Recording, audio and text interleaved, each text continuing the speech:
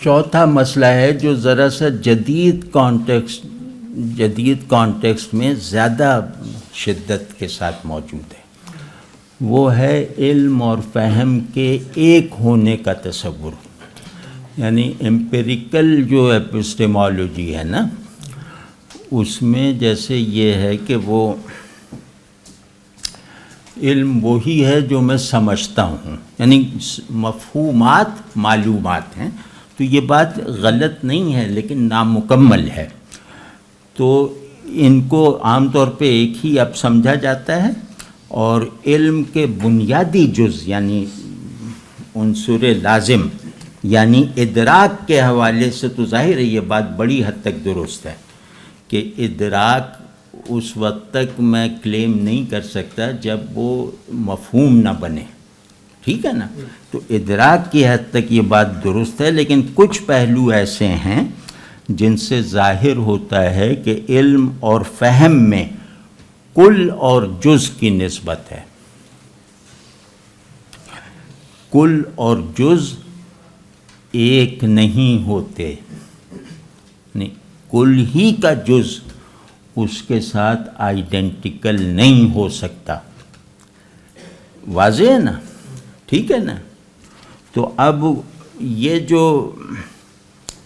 تو اس سے پتہ یہ چلا کہ نامفہوم حالت میں بھی ذہن کی اکثر کانشس فارمز وہ یا ذہن کے جو ایپسٹیمک وہ ہے نا وہ لوکیل، اس میں موجود اکثر چیزیں نامفہوم ہوتی ہیں.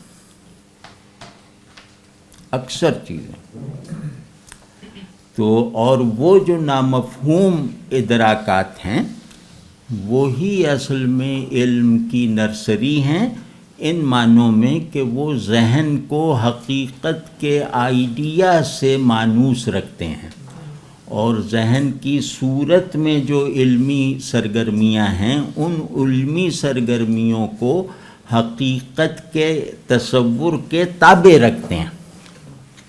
ٹھیک ہے؟ یہ انشاءاللہ کبھی تفصیل کا موقع ملا نا تو میں عرض کروں گا کہ علم ہمیشہ تصور علم کا پابند ہوتا ہے. وہ تصور علم جو علم سے قبل ہے، علم ہمیشہ ضرورت علم کے تابع ہوتا ہے، علم ہمیشہ ارادے کے تابع ہوتا ہے. ٹھیک ہے نا؟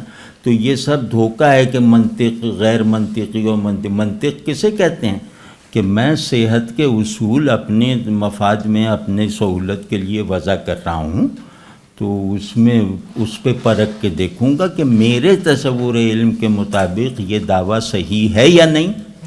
تو آپ سمجھ رہے ہیں نا؟ تو ہمیں بھی جب اپنے معلومات کو کیٹیگرائز کر کے ہمیں بھی یہ چاہیے کہ ہم اپنے تصور علم کو اور اپنے ایپسٹیمک آرڈر کو، ایک آرڈرنگ جو ہے ایپسٹیمک، اس کو جو ہے اس کو دوسرے کے اپنے آبجیکٹس کے لیے بائنڈنگ بنائیں. کیونکہ ہر علم معلوم ہے سچ پر اضافہ کرتا ہے. آبجیکٹ پر اضافہ نہ کرے تو وہ علم ہے ہی نہیں. آپ سمجھ، جیسے نام آبجیکٹ پر اضافہ ہے یا نہیں ہے.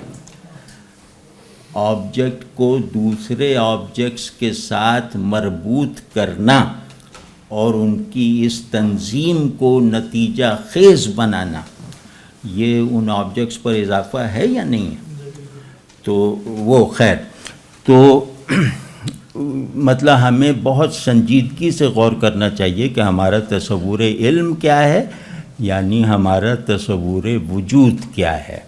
اور وجود کے بارے میں یہ عام ہے کہ وہ صورت اور حقیقت اور نومنا اور فینومنا کا مجموعہ ہے. تو ہمیں یہ ثابت کرنے کی ضرورت نہیں کہ حقیقت ہے یا نومنا ہے، کیونکہ یہ مسلمات میں سے ہے. مطلب اصطلاحیں بدل کے ہر علم کے مسلمات میں سے ہیں، کیونکہ اگر یہ مسلمات میں سے نہ ہوں تو علم میں ترقی اور حرکت اور تازگی نہ رہے، ریلیونس نہ رہے. ٹھیک ہے نا؟ تو تو بعض مرتبہ ہم شے کے پہلے موجود علم کو ترک کر دیتے ہیں اس شے سے وابستہ کسی نئے مفاد کے حصول کے لیے، ٹھیک ہے نا؟ تو اب تو یہ بات ہو گئی نا کہ علم اور فہم ایک نہیں ہے، فہم ڈیپینڈنٹ ہے علم پر، اس کا جز ہے، یعنی فہم کا علم کی نسبت سے کٹ کر کوئی وجود نہیں ہے اور کوئی امکان بھی نہیں ہے۔ تو یہ کل اور جز، اور یہ دونوں ایک نہیں ہوتے، اس میں مطلب میں کیا بتاؤں، اتنی زیادہ سٹل گہرائیاں ہیں کہ جیسے آدمی سرشار ہو جائے کہ علم اور فہم ایک نہیں ہے، معلوم اور مفہوم ایک نہیں ہے۔ اگر معلوم مفہوم میں ڈھل جائے تو وہ موجود ہونے کی بعض ضروری شرطیں پوری نہیں کر رہا۔ یہ ایک باریکی ہے، اس پہ غور کیجیے گا بار۔